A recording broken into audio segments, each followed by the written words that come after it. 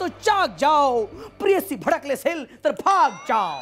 आज happy crime time मध्ये पाहूया पाणीपुरीने संपवली एक प्रेम कहाणी. प्रेयसीने टाकले प्रियकराच्या अंगावर चिंचेचं पाणी. एकमेकावर जीवापाड प्रेम करणारं जोडपं अनेक दिवसाच्या विरहानंतर एका बागेत एकमेकांना भेटायला आलं. डोळ्याची पापणी पडून देता तो तिच्याकडे एकटक पाहत असताना तीही डोळ्याची पापणी पडून देता पाणीपुरीवाल्याकडे एकटक पाहत होती. आपल्याकडे लक्ष न देणाऱ्या या प्रेयसीला कारण विचारले असता खादाड प्रेयसीने पाणीपुरीवाल्याकडे पाणीपुरी खाण्याची इच्छा व्यक्त केली. तेव्हा प्रियकराने प्रेयसीला तुला मी आवडतो की पाणीपुरी असा भयान धर्मसंकटात टाकणारा प्रश्न विचारला.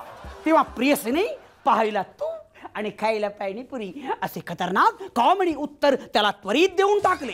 पाणीपुरीकडे पाहून तोंडाचं पाणी झालेल्या प्रेयसीने ओढत काढत खेचत त्या प्रियकराला पाणीपुरीवाल्याकडे नेलं आणि भाई एक पाणीपुरी बनाव असे सांगितले. पहिली पाणीपुरी फोडून तोंडात घालणार तितक्या त्या प्रियकराने भैया इस लड़की को पाणीपुरी मत खिलाव असे फुक्कड उत्तर देऊन एक तास बागेतल्या चौकाकडे चालू लागला. यावर संतापलेल्या प्रेयसीने चिंचेचं पाणी घेऊन पळत पळत जाऊन प्रियकराच्या अंगावर ओतले. 5 वर्षापूर्वी बर्थडे गिफ्ट म्हणून मिळालेल्या शर्टावर पडलेले डाग पाहून प्रियकराने फोडलेला आक्रोश काळीच पिळवटून टाकणारा होता. पोलिसांनी घटनास्थळावरून एक वाटी आणि कळशी आणि प्रियकराच्या विशेष सांगण्यावरून त्या पाणीपुरीवाल्याला ताब्यात घेतले.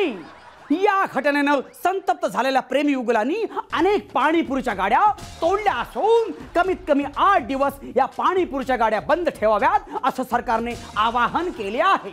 एक प्लेट पाणीपुरी 6 वर्षाची प्रेम कहाणी कशी काय तोडू शकते?